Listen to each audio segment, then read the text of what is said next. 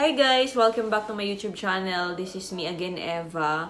And ang topic natin sa videong to is gusto kong i-share sa inyo yung aking pregnancy and miscarriage story this year, 2024. Actually, this is my second pregnancy, guys. Kasi last 2021 is nakunan ako. Tapos, we have been trying for more than 2 years na rin kasi 2021. Tapos, hindi kami nag-try the whole 2021 kasi nga nag-rest. Inasal kami last 2021 and ngayon is 2024 na.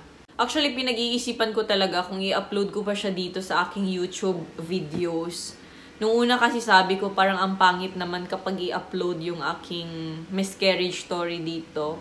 Pero nung may nakakausap akong mga iilang kakilala ko, ang iba na kilala ko din sa Facebook, yung may makakausap ka na same kayo ng story, nakaka-relate siya, nakaka-relate ka din. So, parang nakakagaan talaga siya ng loob, guys. Tapos, may matutunan ka, may matutunan din ang mga nanunood. Nakakapag-share kayo ng yung experience nyo kung magkapareha man ng experience. Kaya, big help din siya. Hindi ka masyadong nadadown. Itong pregnancy ko ngayon is hindi pa talaga namin siya sinabi sa mga friends, sa mga kakilala. Some of my close friends, hindi ko pa sinabihan kasi sabi ko sa sarili ko na later ko na lang i-share sa mga friends ko pag sure na talaga. Kasi like before, yung first pregnancy ko na na-fail din is, parang dineclare na namin siya. Tapos, hindi pala natuloy. Tapos, kapagod na mag-explain isa-isa. Na-share ko din sa aking previous videos, guys, na meron akong PCOS. Tapos, okay na yung PCOS ko. Hindi na ako PCOS dahil nga sa mga healthy routine na ginawa ko. Kaya last year, nag-regular na talaga yung aking menstruation. And nabuntis ako kasi gumagamit din kasi ako ng ovulation tester. So, about sa paggamit naman ng ovulation tester, i-share ko lang siya sa kabilang video kung paano ako nabuntis dyan and paano ang tamang paggamit. November 26, 2023, doon ako nag-ovulate, guys. Doon ako nangitlog kasi nga nagmo-monitor ako, diba? So, ayun, nag-try kami and nakabuo naman kami. After 14 days, hindi ako dinakda ng regla. So, nag-wait ako 14, 15, 16 days from my ovulation day. Tapos, nag-PT ako, nag-light positive siya. So, nag-antay ako ng mga 2 to 3 days bago pumunta ng OB. Ang first namin na visit ng OB nung nagsuspect na kami na pregnant talaga kasi nga hindi na ako dinatnan, hindi ako nag-mens. So, pumunta kami sa OB December 13. Pagpunta namin sa OB December 13, meron na yun siyang ganito na, na result ng PT. Light siya masyado, pero ganun daw kapag super early pa. So, pumunta kami sa OB, guys. Tapos, nag-TVS, nag-ultrasound, in-explain ko sa doktor, etc. Ganyan. Pag-test sa akin is wala pang nakita sa uterus or sa bahay bata na sac. Kasi sac yung unang mabubuo eh. After that consultation, sabi ni doc na balik na lang kayo after 1 week.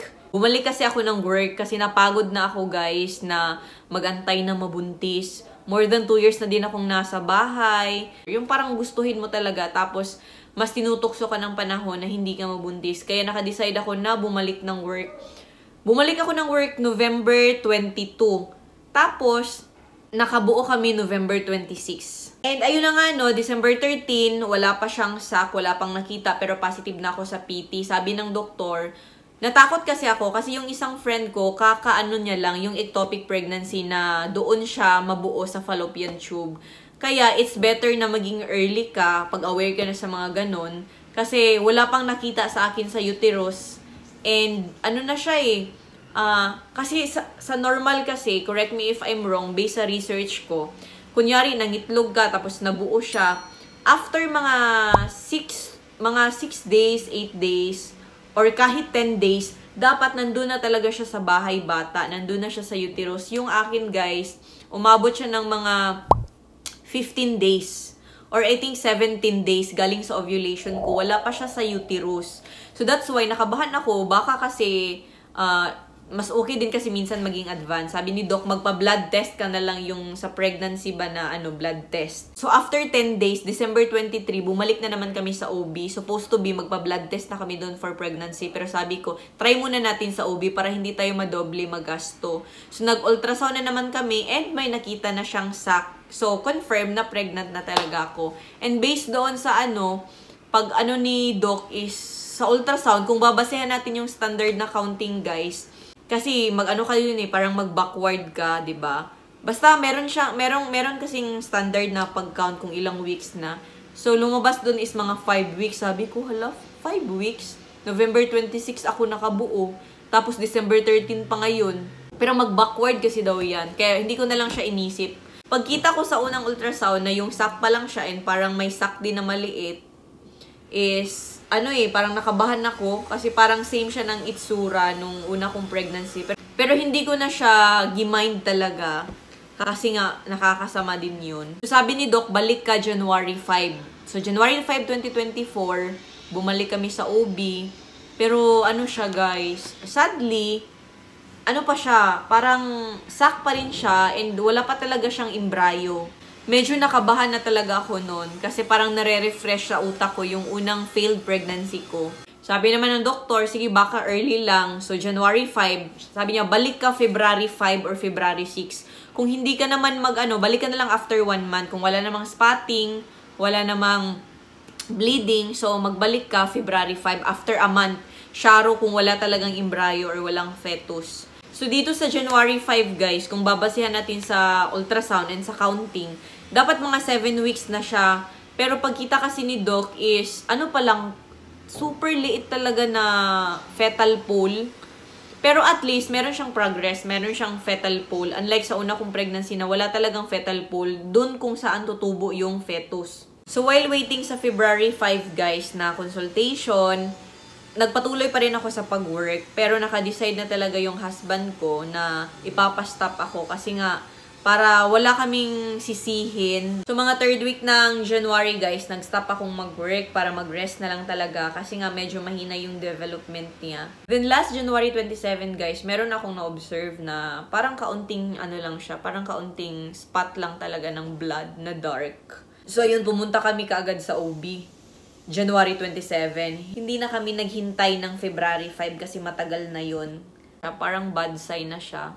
Kasi nga, dark kasi yung spotting. Hindi siya parang fresh. Ang pregnancy spotting kasi, guys, pag pregnant ka, dapat, talaga siya. Hindi siya parang patay na dugo. Sa akin kasi, para siyang patay na dugo. Parang na-oxidized na siya na dugo, ganun.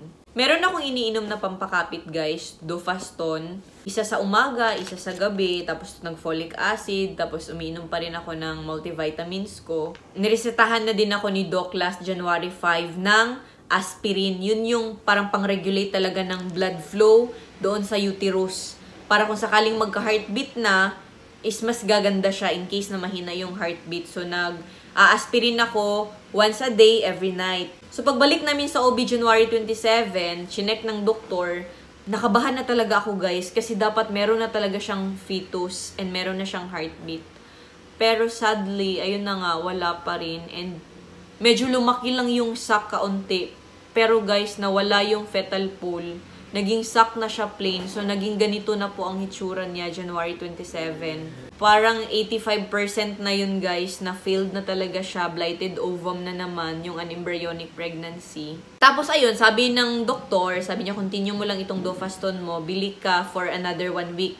Balik ka dito for another 1 week, ha? Kasi kung wala talagang development yan, i-conclude na talaga natin siya na failed pregnancy. Sabi ko, pwede 2 weeks, Doc.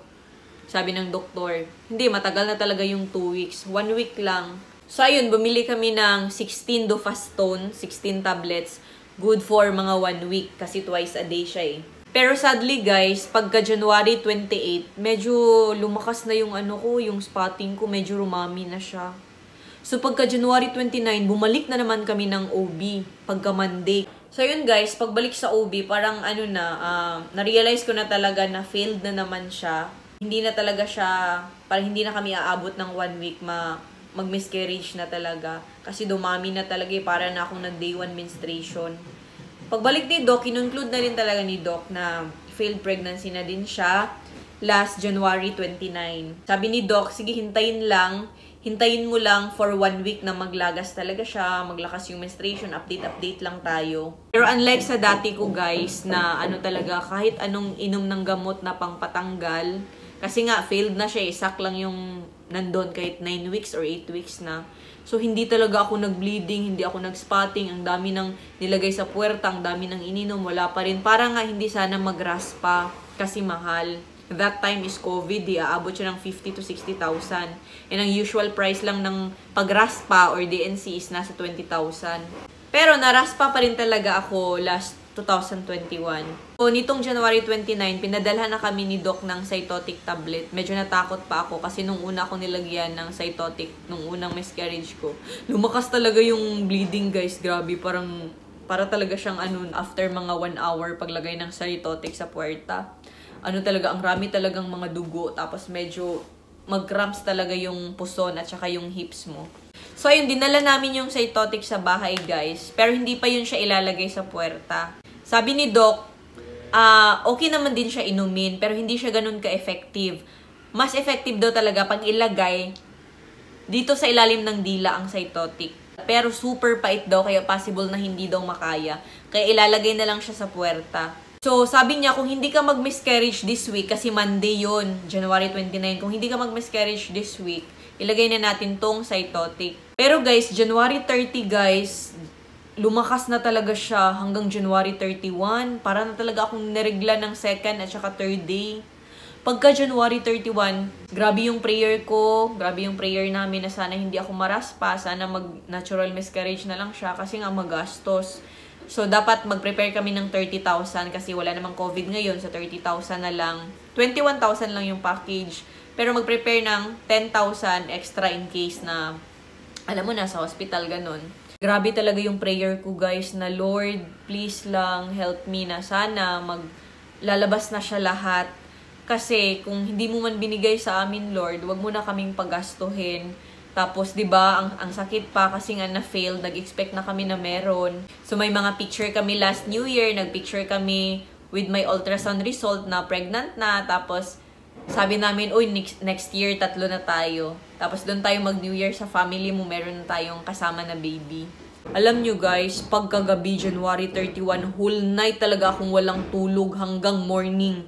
Kasi every minute talaga, parang hindi umaabot nga ng 1 minuto yung pagkalma ng sakit ng puson ko at saka ng bewang ko, ng hips ko. Para din akong nag-labor. Whole night talaga, hindi ako nakatulog. Tapos, sakit. Sobrang sakit. Para akong tinutusok ng kutsilyo sa puson ko, left, right. Change lang siya, left, right. Tapos, umaabot dito sa aking, parang sa rectum, sa puwet ko. Pagka alas 4, meron siyang lumabas na parang buo na blood. Ito yung picture. Tapos, pagka alas 7 naman, guys, merong lumabas na malaki. Parang siyang placenta. Ano ba yan? Tapos, nung lumabas na sila, ang ganda na ng pakiramdam ko. Hindi na siya ganun kasakit. Minsan na lang siya sumasakit pero light lang. Tapos nag-expect na kami na baka yun na yun. So nag-update naman ako sa doktor. Kasi kung hindi nawala yung sakit guys and kung wala talagang lumabas na mga malalaking buo-buo, pupunta na talaga kami sana sa ER. Kasi sabi ni Doc, pag grabe yung bleeding tapos grabe yung sakit hindi na kaya, mag-ER na talaga tayo. Binigyan na kami ni Doc ng 4 package application. So pumunta kami sa Brokenshire. Yun nga para sa 21,000 na package para sa raspa. Kasi kung hindi ka mag-package, hindi ka mag-apply, mas lalaki yung babayaran mo kung didiretso ka sa emergency. Lalo na kung gabi, ganyan. So, mas okay na mag-apply kami para meron na kaming record para in case na kailangan ng raspa. So, dyan lang tayo sa package na 21,000 to 30,000. So, February 1 yun siya ng morning na may lumabas na malaki. Tapos, bumalik kami sa OB para i-check ng doktor. Pero, timing, si Doc pala wala siya kasi meron siyang operation. Kaya doon kami pumunta sa Brokenshire para magpa-TVS lang, magpa-ultrasound. Nadismaya na naman ako guys kasi nga pagtingin sa ultrasound, ano siya, buo pa pala yung sac. So, ito pa yung result ng ultrasound. Medyo parang naano lang siya, naiba lang yung kanyang hugis. Pero nandun pa yung buong sac, so nakakadismaya. Siyempre, mataas talaga yung chance na magraraspa na lang kami. Yung Cytotic, hindi ko pa nalagay ha, pero ang dami nang lumabas. Kaya pagpa-ultrasound ko doon sa Brokenshire, tinawagan nila yung OB ko.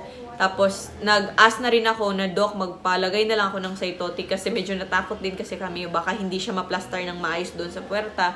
So, nilagay na lang din ng nag-ultrasound sa akin yung cytotic, mga 4 ng hapon. Tapos, pauwi na kami, guys. Pagdating ko sa bahay, yun, nagsakit-sakit na siya. Tapos, naka-diaper ako, kasi yun yung ginawa namin eh. Nag-expect kasi ako na pag mag-cytotic, grabe talaga yung regla.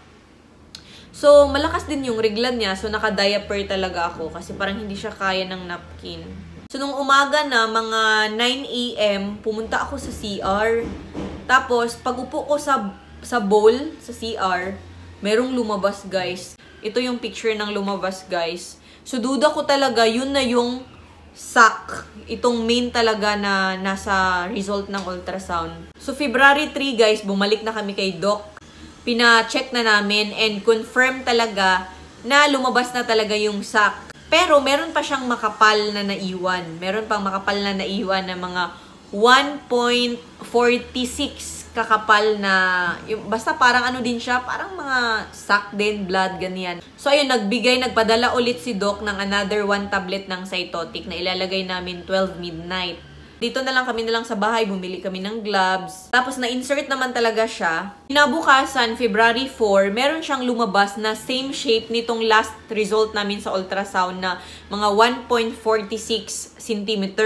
Kinumpare ko yung shape niya, yung thickness niya, same talaga. So, duda ko, baka yun na yun. Sabi kasi ni Doc, dapat mag-below ito ng 1 cm. Kasi kung hindi siya mag-below, magraraspa talaga tayo. So, February 5, guys, advice kami ni Doc na bumalik doon sa kanya. Tapos, February 5 morning, inasikaso na namin yung application para sa Brokenshire, para sa raspa. Morning pa lang. Kasi nga, i-approve pa yan mga half day. So, at least, mga 11 AM or mga 1 PM, ma-ultrasound na ako ulit for final na talaga na ultrasound na kung makapal pa siya, magraspa na kami. So, ayun na nga, mga 1 PM, ako na yung in-ultrasound no, nag-TVS na kami. And thanks God, kasi nga 0.65 cm na lang ang naiwan, guys. So, it means no need na akong magraspa. Sinagot talaga ng Panginoon yung prayer namin, yung prayer ko. Sabi ko kasi kay Lord, Lord, grabe ka, Lord ba? Kung binigay mo sa amin tapos hindi mo lang itutuloy, ano ang point? Parang ganon. Nung dati, naintindihan ko na siguro hindi pa talaga ready. Kaya, nakuha siya or ano ba. Kasi baka din stress ako masyado sa previous kong work. So, kaya nga this year, nag-hope talaga ako na okay na siya kasi 2 years na akong nakapag-rest, guys. Tapos, kompleto na yung exercise ko, yung mga healthy food ko, yung multivitamins ko. As in, ready na talaga. So, nag-expect ako na hindi na talaga siya maulit. Pero, super na-upset talaga ako. Hindi ako na-upset dahil wala kaming baby. Na-upset ako kasi nga, na-repeat na naman yung case ko na blighted ovum. So, sa awa ng Diyos, guys, no need na talaga akong magraspa. Niresetahan na lang ako ni Doc ng isang gamot na parang pampaklear ng uterus ba. So, ang purpose nito is para mag-contract pa yung sa loob. Magkakaroon pa siya ng light contraction para kung may mga naiwan pa na yung parang mga blood, yung mga maninipis na lang, is lalabas pa siya. Tapos, continue ko lang yung clindamycin ko na antibiotic 3 times a day. Good for 7 days. Ito namang nireseta ni Doc na good for 5 days na 3 times a day para malinis talaga yung uterus. Pinabalik-balik ko talaga kay Doc. Sabi ko, Doc, sure ka, Doc, ha, na okay lang talaga na hindi na magraspa. Kasi kung kailangan, Doc, okay naman, mag-go naman kami, Doc. Mahirap kasi, guys, pag meron talagang maiwan, diba? Mag-cause kasi siya ng infection, mag-cause siya ng tumor sa loob ng iyong uterus. So, unsafe talaga siya. So, sabi ni Doc, hindi na hindi na tayo magraspa. Kasi manipis na siya, 0.46. So, inom mo lang tong i-reseta ko sa'yo. I-observe mo lang din ha kung hindi ka lagnatin this week. Tapos, i-observe mo lang din yung puwerta mo kung hindi naman siya. Kasi daw, pag may naiwan pa kasi tapos kailangan ng raspa, lalagnatin ka. Tapos, may masamang amoy or matapang na amoy na lalabas sa puwerta.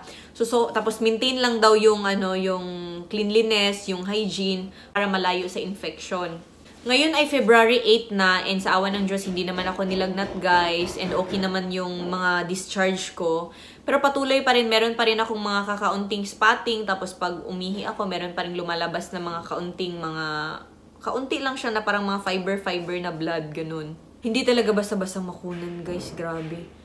Mentally, physically, emotionally, para kang matrauma or something like that. Aside sa budget, financially, ma-stress ka pa. Meron namang paraan, may pangbayad naman tayo kahit papano. Papasalamat din ako sa Panginoon kasi nga no need kaming magpila-pila masyado doon sa public hospital, sa SPMC. Especially for this case na kailangan siya iraspa, mga ganyan. So yun yung nangyari sa amin this year, guys. And nag-advise si Doc na hindi lang muna magbuntis habang hindi pa kami makapagpa-test ng APAS. Yung APAS, guys, marami pala yan ngayon, no? Diba maraming may PCOS? Ngayon, natapos na ako sa PCOS nitong polycystic ovary syndrome. Duda na naman ni Doc, pero need pa siya i-confirm. Kailangan kaming mag-undergo ng test. This is a blood test na marami siyang gagawin na mga laboratory. Pero ang cost niya pala, guys, blood lang yung kukunin na, pero ang cost niya is nasa 25,000. Yung APAS, guys, marami na din yan ngayon na may case na ganun sa kababaihan. Yan yung, parang ano yata yan, anti-phospholipid antibody syndrome. Parang ganun, ewan ko tama ba yung pagka-pronounce ko. Basta, ang explanation niyan is yung, ang immune system ko is masyado siyang active and ang immune system ko mismo ang lumalaban sa pregnancy. Siya mismo ang nagpo-push away ng baby. Ayaw ng katawan ko ng baby. Ganun ang explanation niyan. Yung immune system ko mismo ang umaayaw sa pregnancy, kinukonsider niya ang fetus or ang pregnancy ko na foreign objects. Kaya, hindi siya nagsasucess, hindi siya nag-grow. Tapos, yung nakita sa akin na fetal pole is, the next ultrasound, talagang nawala siya. So, yun kasi yung mga APAS, nagka-heartbeat ka, nawala yung heartbeat. Tapos, nagka-fetus ka, nawala. Duda pa lang yun ni Doc kasi nga, yung blighted ovum kasi na case, guys, yung case ko before, kahit saan ka magbasa, dapat kasi once lang talaga siya. The next niyan is, success na talaga yung pregnancy. Tapos, ito, na-repeat na naman yung sa akin. Kaya, mataas ang duda ni Doc, baka meron akong APAS. Tapos, nag-ano na lang din kami na magpa-thyroid test. Kasi isa din yun sa mga cause, baka may thyroid, may hormonal imbalance din sa thyroid, may problem din sa thyroid. So, ang advice ako after 4 to 5 months, magpa-thyroid, magpa-blood sugar test, tapos magpa-APAS. Ayun na siya. Siguro mga May or June, ganun. Kaya in-upload ko din dito, guys, kasi baka may mga same case sa akin ngayon na nanonood. So, pwede kayong mag-share ng experience nyo. At least, meron din akong makuha na idea. Meron din kayong makuha na idea. And yung mga future laboratories ko, i-upload ko din para at least malaman nyo din kung ano yung result, kung ano yung mga ibang explanation. Makakuha din tayo ng idea, makashare ako ng idea, kung magkano yung mga magastos, ganyan. Hindi pa man namin makita ngayon kung ano talaga yung rason, kung ano yung purpose ni God, kung bakit hindi niya pa successfully binigay sa amin. Pero I believe na right time will come na ma-realize namin kung bakit hindi pa niya tinuloy yung pregnancy namin this year. Yung sa first miscarriage ko naman, na-realize namin later on na, siguro yun yung purpose ni Lord. Kung bakit hindi niya pa binigay sa amin. Kasi gusto niya muna na maayos muna kami, ma-complete muna yung bahay namin, yung mga gamit namin, tapos parang ma-plastar muna, guys, bago magkaroon ng baby. Kasi ang hirap talagang magka-baby muna, tapos hindi pa maayos yung mga dapat ayusin. So, sa mga nagtatry dyan, alam ko marami talaga nagtatry na gustong makabuo pero hindi makabuo. Ang iba din, sabi nila, mabuti ka pa nga kasi nakakabuo ka. Proven talaga na mabuntis ka. Pero sa amin, hindi talaga kami nakabuo.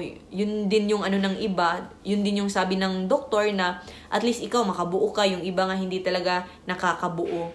Pero alam mo, ang hirap din. Parang minsan sabihin mo na lang na mas mabuti na lang sigurong hindi nabuo kaysa mag-undergo ng ganito ng ilang beses na miscarriage. Pero sige lang. Lahat naman tayo is may kanya-kanyang tamang panahon. So, bata pa naman ako, bata pa naman kami. But the time flies so fast.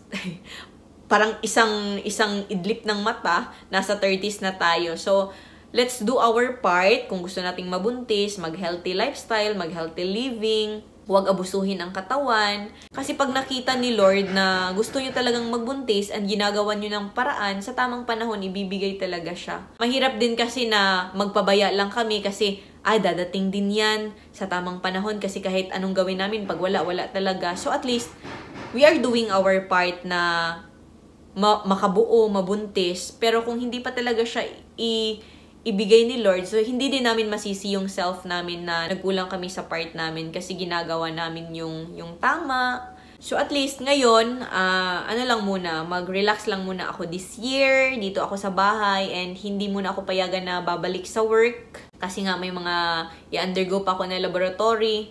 Though okay naman mag-work, pero ano lang muna talaga, silent lang muna ako this year. So, sa susunod ko na mga videos, guys, i-share ko sa inyo yung mga gagawin naming laboratory, yung mga progress, para at least, baka may same case ako, makapag-share tayo ng mga, mga sitwasyon natin. So, kahit papano nakakatulong din kapag nagre-research tayo, nakikinig sa iba. Basihan lang yon, pero of course, makinig pa rin tayo sa ating doktor, and higit sa lahat, mag-pray. Yun lang. Thank you sa pakikinig. See you in my next video.